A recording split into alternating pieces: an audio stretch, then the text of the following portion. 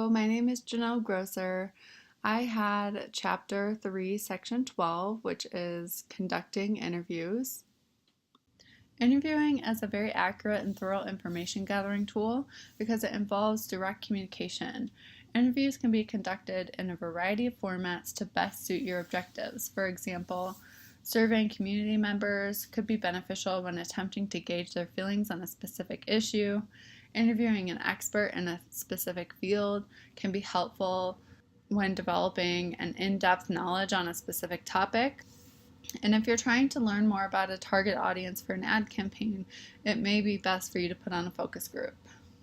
With all the benefits of interviews, there are some drawbacks to conducting interviews, or even situations where conducting interviews would not be the most efficient or appropriate option. For example, if you're trying to collect numeric data points, that would probably be best done with a written survey. Interviews can also be time-consuming and expensive depending on the size and scale of the interview process.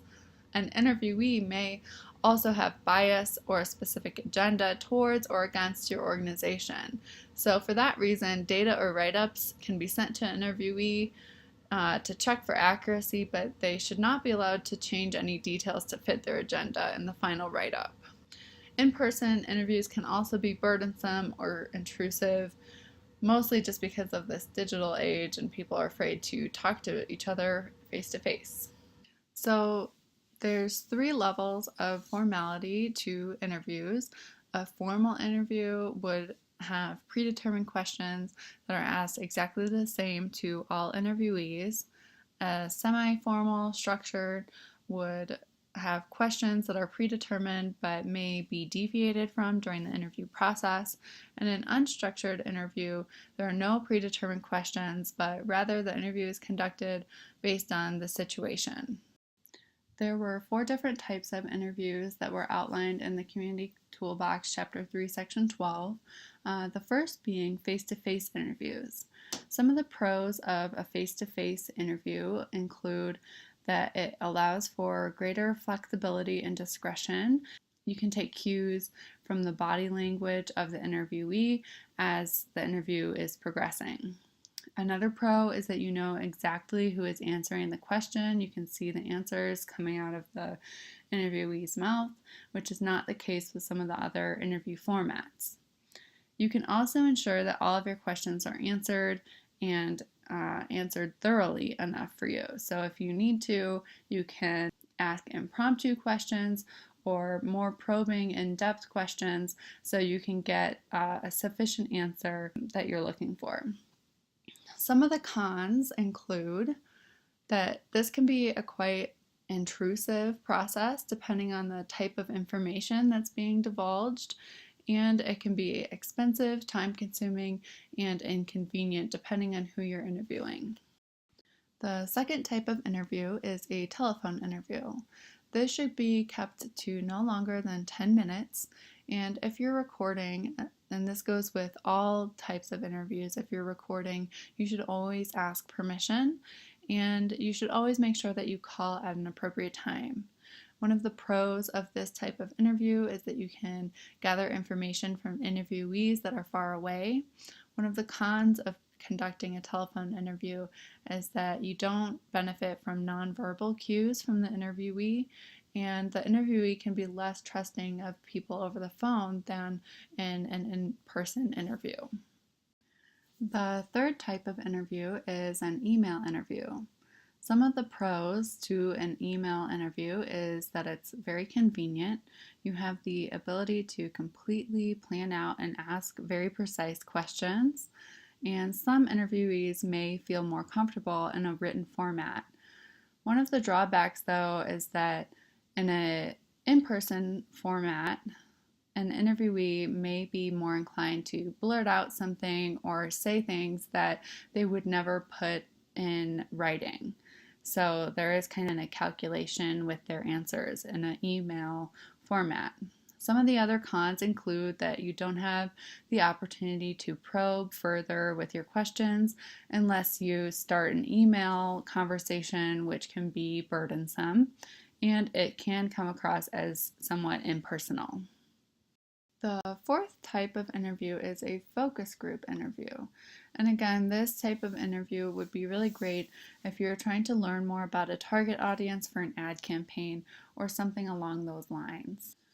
Some of the pros to a focus group is that it allows for open communication and discussion of topics with a focus group of people, so you can get very targeted information. You can also observe nonverbal interactions between group members. In this format, you can also ask open-ended questions, and so with one question you can get a very broad range of answers and a lot of information back based on the discussion that happens between group members. One of the cons to a focus group is that your sample size can be smaller than other interviewing formats, but the free-flowing conversation that can be a result of the focus group format can lead to more information sometimes than other interviewing formats.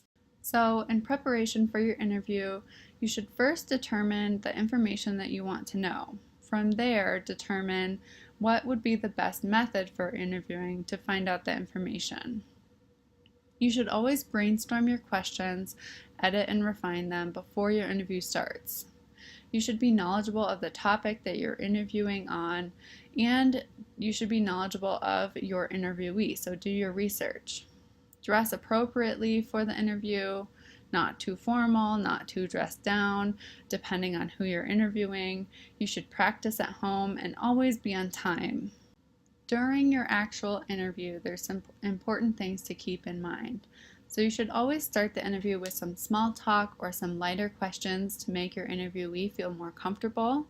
You should always speak clearly, be natural, and try not to stick to the script too much, and also listen and react to your interviewee. It's important to keep the interview on track. So you can ask probing questions to deepen answers or clarifying questions to get a clearer answer. You should always make the interviewee feel valued for their time and input, and try to remain inoffensive to the interviewee. You should always tape record as long as you have permission and or take thorough notes. Lastly, always make sure that you thank your interviewee for their time and input. There are a few things that you should be careful to avoid during the interview process.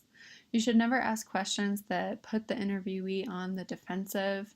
You should try to avoid 2-in-1 questions because it can be confusing. On that note, you should also avoid questions that are too long because it can be hard for an interviewee to kind of hold on to all the parts of the question that they're supposed to be answering. You should also avoid out-of-order questions. So this would include questions that the interviewee has already answered, or if the next question is completely unrelated to what the interviewee has just answered.